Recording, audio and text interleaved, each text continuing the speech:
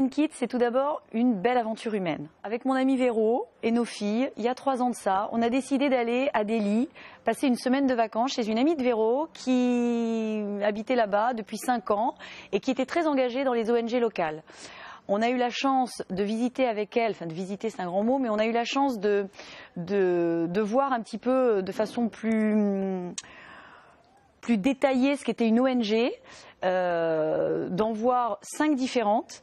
Et à la fin de notre séjour, la dernière ONG qu'on a vue, c'était le foyer de Mère Teresa, l'orphelinat de Mère Teresa. Et on a eu vraiment un vrai coup de cœur avec ces enfants qui sont 80, qui sont tous handicapés, qui ont des handicaps mentaux ou physiques, plus ou moins lourds, et qui nous ont apporté énormément d'émotions et d'affection.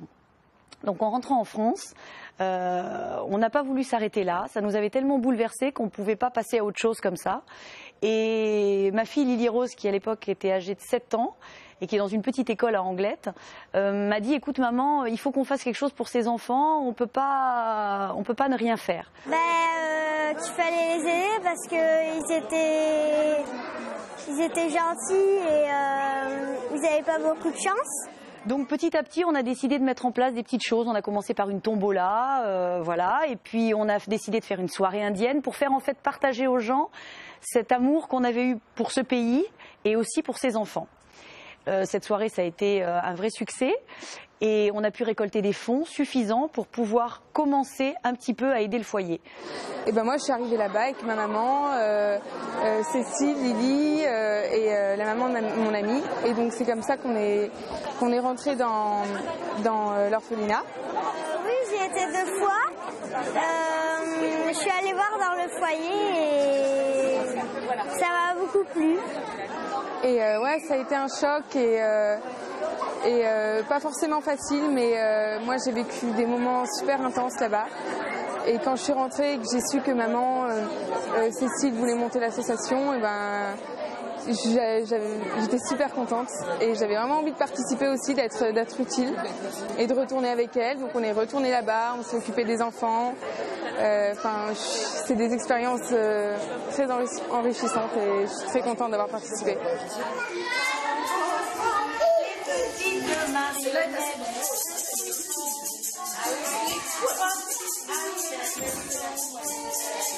On a voulu surtout privilégier des actions. C'est-à-dire que, par exemple, l'année dernière, une des sœurs nous a dit qu'ils avaient eu très froid l'hiver parce que toutes les fenêtres du centre étaient cassées. Et donc, les bébés dormaient avec des moufles, avec des chaussettes, avec des pulls. Et ça nous a semblé déjà insupportable. Déjà, ce sont des enfants qui ont du mal à vivre au quotidien avec leur handicap. Si en plus, il faut qu'ils aient froid la nuit, on a dit non. Donc on s'est mobilisé, on a récolté ces fonds et avec ces fonds, on a changé toutes les fenêtres du centre. L'étape de cette année, c'est d'essayer de financer une kinésithérapeute qui va pouvoir les aider à évoluer avec leur handicap.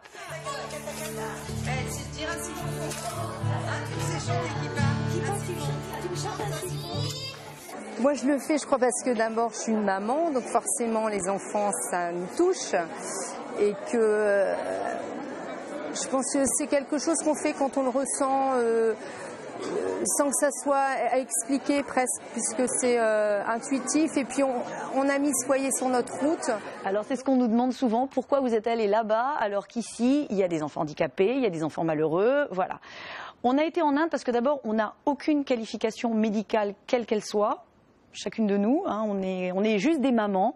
Donc, et en plus, on a un avantage incroyable là-bas, c'est que les sœurs sont très demandeuses, c'est-à-dire qu'elles nous ont vraiment ouvert les portes du foyer en nous disant « Vous n'avez aucune qualification, mais c'est pas grave, vous avez de l'amour à donner et pour nous, ça, c'est très important. » Parce qu'en fait, on s'est rendu compte aussi que ce dont ils avaient surtout besoin, c'était des gros câlins et des gros bisous et passer quelque chose, quoi. Voilà.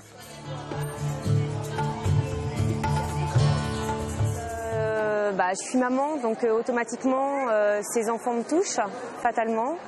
Je pense qu'on ne se doit pas de les aider, mais en tout cas quand on met un pied dedans, voilà, on ne peut pas s'arrêter en chemin. Ce qu'on en retire, c'est que moi avec Véro déjà, on était amis avant de partir, ça a renforcé nos liens, ça c'est certain. Nos filles, on a trouvé que c'était assez extraordinaire de partager ça avec elles, parce que c'est vraiment, humainement, c'est quand même quelque chose d'incroyable. Moi je veux continuer, hein, j'ai pas envie de les lâcher en cours de route. On s'investit au quotidien, tous les jours. Oui, j'ai envie d'y retourner.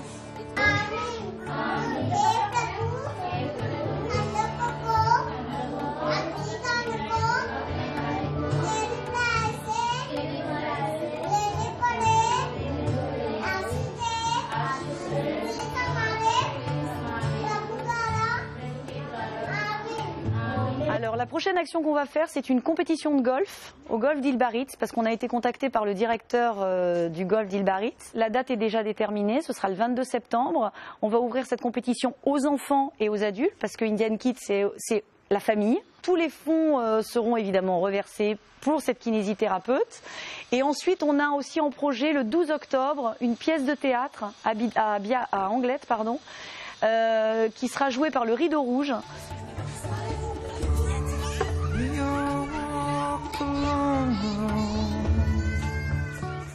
Laissez parler votre cœur et venez partager avec nous cette belle aventure, parce que je pense qu'aujourd'hui, on a quand même la chance de vivre dans un beau pays où nos enfants grandissent plutôt bien, ils sont plutôt gâtés, les miens les premiers. Et quand on va voir ces enfants là-bas et qu'on est accueillis avec autant de sourires et d'amour, on se dit que on a encore plein de choses à faire et on a encore plein de choses à apprendre de ces petits bouts de choux qui ont 2, 3, 4 ans, qui sont souvent des enfants issus du trafic d'organes, qui sont souvent des enfants qui ont été maltraités tout bébé, etc. Et que nous, on a eu cette chance, alors il faut qu'on essaye de leur donner une chance. Voilà.